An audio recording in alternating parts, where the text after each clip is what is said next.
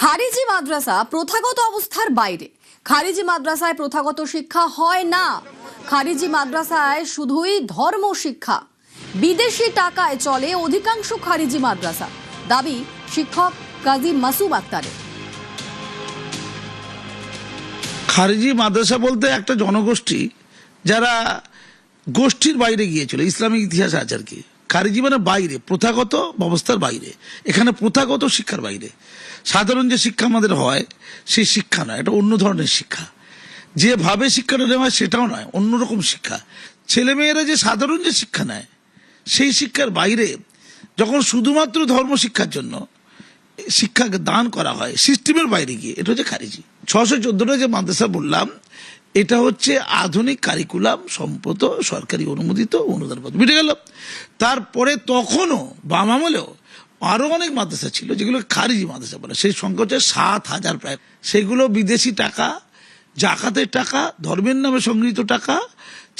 ছাত্ররা সাধারণত ওই খারিজি মাদ্রাসাতেই থাকে, ওখানেই খাওয়া দাওয়া করে, ওরাই লোকের কাছে গিয়ে ভিক্ষা চায়, বাড়ি বাড়ি গিয়ে আলু চাল নিয়ে আসে। দারিদ্রের জীবন, কারো নজরদারি নেই, না মুসলমান সমাজের শিক্ষিত অংশের লোকের নজরদারি, না সরকারের নজরদারি। ফলে ওরা একেবারে যে শেখে ওই কোরআন হাদিস, উন্নত মানে কোনো শিক্ষা নেই, উন্নত মানও নেই, মার্গতাও নেই, স্কুলের কাঠামো নেই, শিক্ষকও নেই। সীমান্তবর্তী মাদ্রাসা সন্ত্রাসবাদের আখড়া মন্তব্য করেছিলেন প্রাক্তন মুখ্যমন্ত্রী বুদ্ধদেব ভট্টাচার্য। অতীতের একাধিক ঘটনায় তারই প্রমাণ, দাবি শিক্ষক কাজী মাসুম আক্তারের। বুদ্ধদেব ভট্টাচার্য তিনি একটা মন্তব্য করেছিলেন। তার মন্তব্য ছিল এই যত মাদ্রাসাগুলোর কথা আমরা বলছিলাম এতক্ষণ ধরে, সেই সমস্ত খারিজি মাদ্রাসার কথাই তিনি বলেছেন এগুলো নাকি জঙ্গি তৈরির আতুর। উনি বলেছিলেন সীমান্তবর্তী মাদ্রাসাগুলো সন্ত্রাসবাদের আখড়া। কারণ হচ্ছে এই উপমহাদেশে যত সন্ত্রাসী কর্মকাণ্ড হয়েছে দেখা গেছে, উচ্চশিক্ষিত লোকও যেমন ছিল, এই সকল মাদ্রাসা পড়ুয়া ছাত্ররা ছিল, মাদ্রাসার ছাপ ছাত্র। এই মাদ্রাসাগুলো কারা? এই মাদ্রাসা তৈরি করেছিল কে? প্রয়োজনে তৈরি করা হয়েছিল।